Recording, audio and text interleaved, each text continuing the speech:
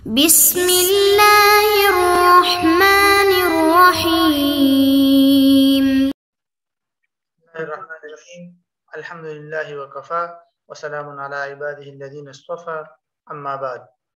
عزیز طلبہ، فقہی قواعد کے دروس کا سلسلہ جاری ہے اور آج اس سلسلے کی نشست نمبر 62 ہے۔ آج کی نشست میں ہم جو قاعدہ پڑھیں گے وہ ہے قاعدہ نمبر 57 اس قاعدے کے الفاظ آپ کے سامنے ہے۔ یہ بڑا اہم قاعدہ ہے کہ التصرف علی الرعیت منوط بالمصلحہ، کہ امام اور حاکم کا رعیت پر تصرف کرنا مصلحت کے ساتھ بندھا ہوا ہے، یعنی رعیہ اور عوام پر تصرف کرنا یہ مصلحت کے ساتھ بندھا ہوا ہے، جڑا ہوا ہے۔ اس قاعدے کی تفصیلات تو کئی ہے، اس کے بنیادی اور اہم پوائنٹس ہم دیکھ لیتے ہیں۔ یہ قاعدہ دیگر تعبیرات میں یوں بھی ملتا ہے کہ تصرف الامام علی الرعیت منوط بالمصلحہ۔ اصل قاعدے میں تو التصرف ہے، وہاں امام کا لفظ نہیں ہے، لیکن کچھ علماء نے امام کی وضاحت بھی کی ہے لفظ امام کی۔ اسی طرح منزلۃ الامام من الرعیہ منزلۃ الولی من الیتیم، کہ بھئی امام جو ہے وہ عوام، امام کا مطلب یہاں حاکم بادشاہ ہے، کہ اس کا ایک عام رعیہ اور عوام کے ساتھ تعلق جو ہے وہ ایسا ہے، وہ اس مرتبے میں ہے جس طرح کے یتیم اور اس کا جو نگران اور ولی ہوتا ہے، کہ جس طرح یتیم کا جو نگران ہوتا ہے اس کے لیے یہ ضروری ہوتا ہے کہ وہ جو ہے صرف وہی کام کرے یتیم کے مال وغیرہ یا نفس کے سلسلے میں جس میں یتیم کے لیے مصلحت ہو، ورنہ اگر یتیم کی مصلحت نہیں ہے تو وہ کام نہیں کر سکتا۔ اسی طرح کا حکم جو ہے امام اور بادشاہ کے لیے بھی ہے۔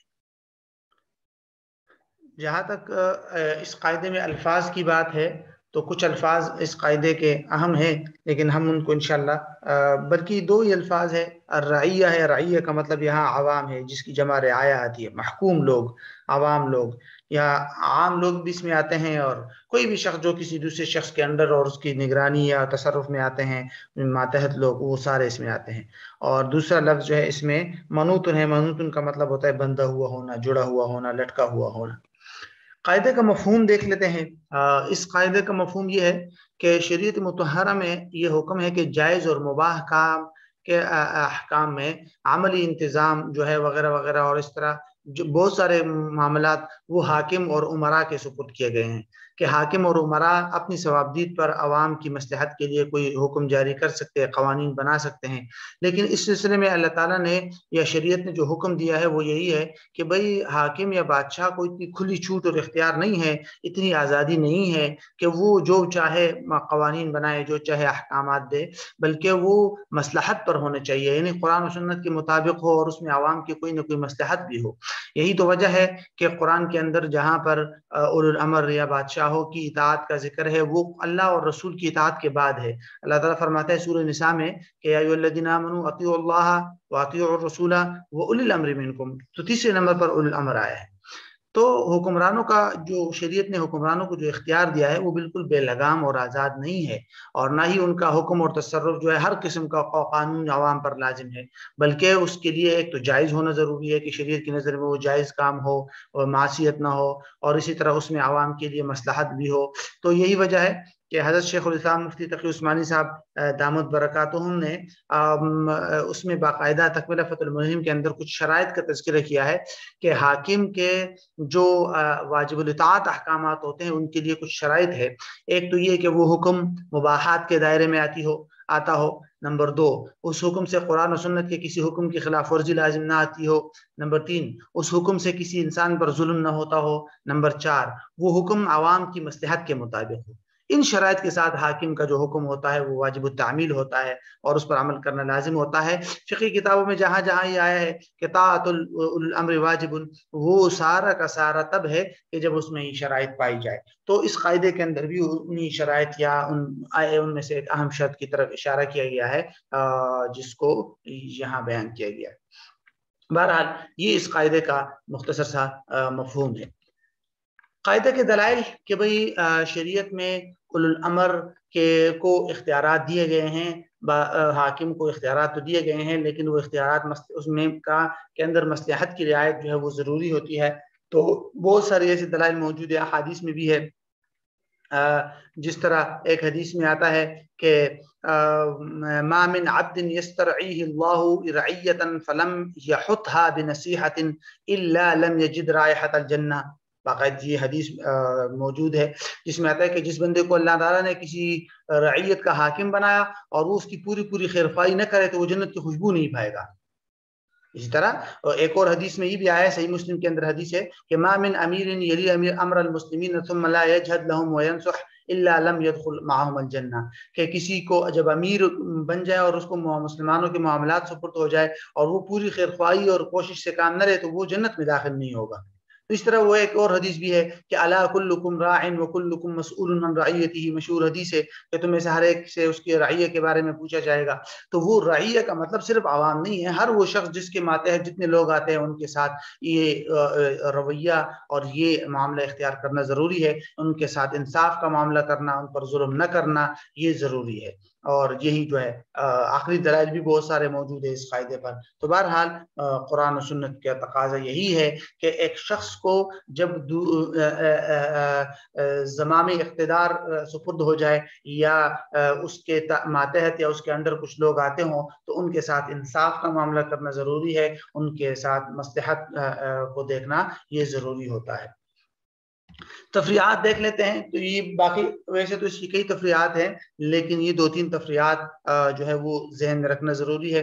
ایک تفریح تو یہ ہے کہ مقتول کے ورثہ نہ ہو تو حاکم، یعنی ایک آدمی کو اگر کسی کو کوئی قتل کر دے تو ورثہ کو حق ہوتا ہے نا کہ قاتل سے قصاص لے لے یا دیت لے لے۔ اگر مقتول کے ورثہ نہ ہو تو شریعت نے پھر حاکم کو یہ حق دیا ہے کہ وہ حاکم جو ہے وہ قاتل سے قصاص لے یا دیت وغیرہ لے۔ حاکم کو یہ اختیار نہیں ہوگا کہ وہ بلا وجہ قاتل کو معاف کر دے، کیونکہ یہ تو مصلحت کے خلاف ہے۔ یعنی عوام کے بعض اگر آپ قاتل کو معاف کریں گے تو اس سے ایک تو معاشرے میں بدامنی پھیل سکتی ہے اور اوپر سے جو ہے وہ ایک مقتول کا حق آپ نے ضائع کر دیا، یہ تو مصلحت کے خلاف ہے۔ تو اس لیے عمومی طور پر یہ اجازت نہیں ہوتی کہ حاکم جو ہے وہ بلا کسی وجہ کے قاتل کو معاف کر دے۔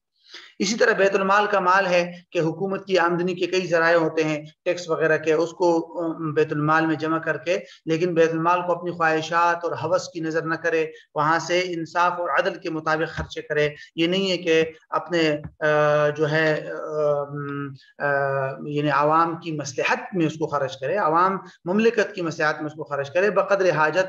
اور یہ نہیں ہے کہ جو بڑے بڑے عہدوں پر ہے تو ان کو اتنے نوازا جائے کہ اس کی وجہ سے بیت المال کو نقصان ہو، اور عوام کو اتنا بھی نہ دیا جائے کہ جس سے عوام کی ضروریات زندگی بھی پوری ہو، جیسے آج کل ہو رہا ہے۔ تو اس طرح یہ جائز نہیں ہوگا، یہ بالکل مصلحت کے خلاف ہے۔ اسی طرح قوانین کی پابندی کے سلسلے میں بھی شریعت نے اصول دیا ہے، ٹریفک کے قوانین ہو گئے یا کوئی بھی قانون ہو گیا تو اس میں شریعت نے یہ دیا ہے کہ بھئی وہ قوانین اگر عوام کی مصلحت کے لیے ہیں، دنیاوی یا اخروی مصلحت کے لیے ہیں، تو وہ عوام پر لازم ہے، ان کی پابندی کرنا لازم ہے۔ لیکن اگر وہ قوانین ایسے ہیں جس میں عوام پر ظلم ہو رہا ہے، کوئی مصلحت نہیں ہے یا شریعت کے کسی اصول کے خلاف ہے، تو پھر ایسی صورت میں ان قوانین پر عمل کرنا لازم نہیں ہوگا اور وہ قوانین درست نہیں ہوں گے۔ تو بہرحال یہ اس قاعدے کی مختصر سی وضاحت تھی۔ اس کے بعد ہم جو ہے اگلا قاعدہ دیکھتے ہیں۔ قاعدہ نمبر 58 جو ہے اس کے الفاظ یوں ہے کہ الولایت الخاصۃ اقوی من الولایت العامہ، کہ ولایت خاصہ ولایت عامہ سے زیادہ قوی ہوتی ہے۔ اب اس قاعدے یہ بھی اہم قاعدہ ہے اور اس کو سمجھنا ضروری ہے۔ یہ اس قاعدے کی ایک اور تعبیر بھی ملتی ہے کہ الولایت الخاصہ مقدمۃ علی الولایت العامہ، کہ بھئی ولایت خاصہ جو ہے وہ ولایت عامہ پر مقدم ہے اور اس کو ترجیح دی جائے گی۔ بہرحال اس قاعدے کے تحت الفاظ کی وضاحت بھی ضروری ہے۔ کہ لفظ اس میں اہم وہ ہے ولایت، کہ ولایت کس کو کہتے ہیں۔ ولایت جو ہے واو کے فتح اور واو کے کسرہ، ولایت اور ولایت دونوں طرح استعمال ہوتا ہے۔ اس کے معنی آتا ہے مدد کرنا، معاونت کرنا، اور قدرت اور اختیار کے معنی میں بھی آتا ہے۔ فقہی اصطلاح میں ولی